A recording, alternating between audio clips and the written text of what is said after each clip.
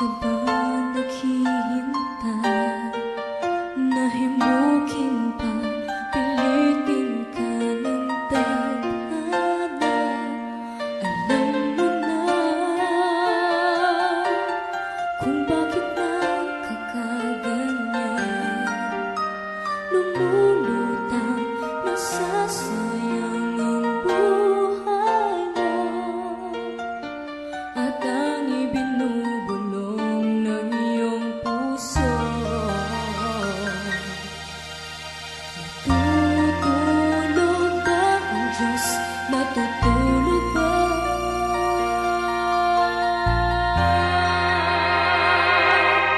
At ikaw ay kaagad sumusuko. Konting hirap at munting pagsubok lamang. Bakit ganyan? Nasaan na ang iyong tapang? Natutuwa, nawawalan ng pag-asa, at iniisip na natutulog pa. Natutulog ba ang Diyos? Natutulog ba?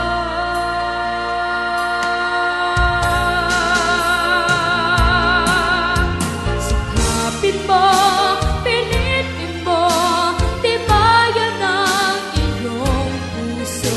Tanging ikaw ang humubog sa iyong bukas. Huwag mo sanang akalain natutulog ba ang Diyos? Ang buhay mo ay mayroong halaga sa Kanya.